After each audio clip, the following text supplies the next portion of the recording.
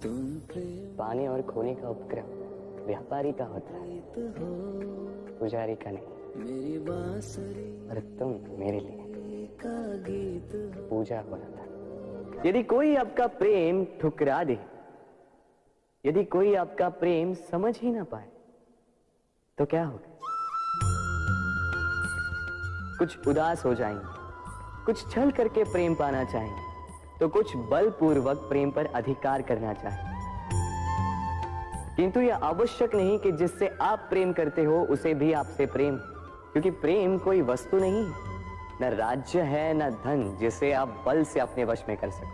प्रेम वो शक्ति है जो आपके लिए हर बंधन तोड़ सकती है, किंतु स्वयं किसी बंधन में नहीं फंसती। तो जिसे भी आप प्रेम करते हो उसे स्वतंत्र छोड़ दीजिए, क्योंकि स्वतंत्रता ही वो भाव है जो जीव को सबसे अधिक प्रिय है। प्रेम सच्चा होगा तो उसे अवश्य समझ में आए।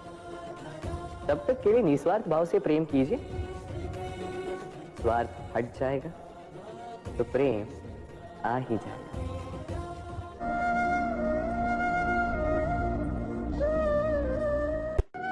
लक्ष्य पाया कहां जाता है राधा? लक्ष्य तो जिया जाता है। मैं कभी तुम पर अधिकार करना नहीं चाहता, कभी तुम्हें प्राप्त करना नहीं चाहता।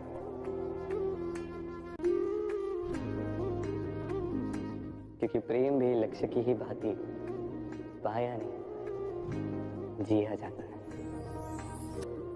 मेरी आराधना प्रीत हो मनमीत हो राधे, मेरी मनमीत हो। अब इसी मूर्ति को देख लीजिए। जब कलाकार ने इसे रचा तब ये बहुत सुंदर थी, परंतु इसके पश्चात इसे संभाला नहीं गया। इसके स्वामी ने इसके देखभाल का कर्तव्य ठीक से नहीं निभाया और अब यह मूर्ति असुंदर लगने लगी। इसी प्रकार केवल कह देने से प्रेम नहीं हो जाता।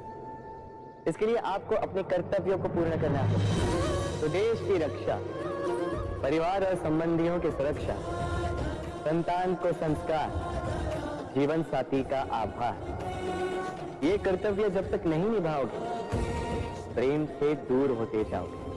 तो यदि मेरे आसपास ये वृक्ष, ये पौधे,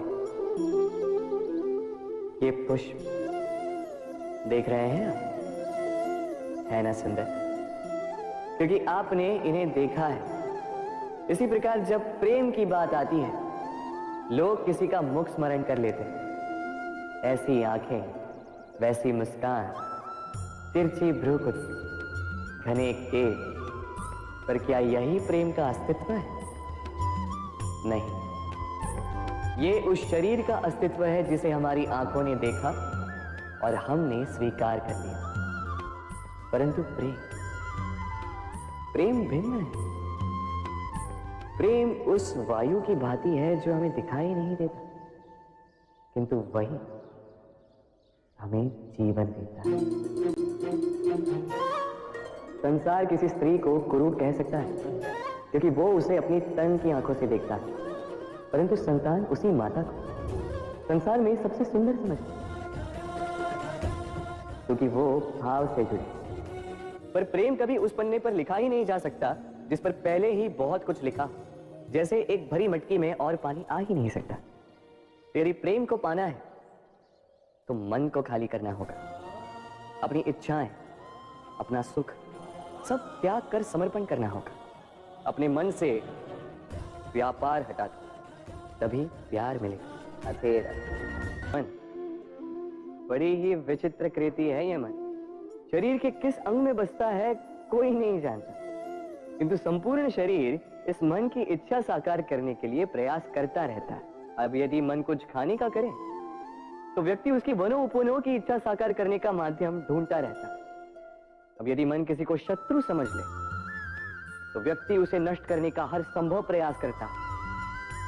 अब यदि मन किसी से प्रेम करे तो उसकी प्रसन्नता के लिए हर सीमा लांघने के लिए सज्ज रहता है।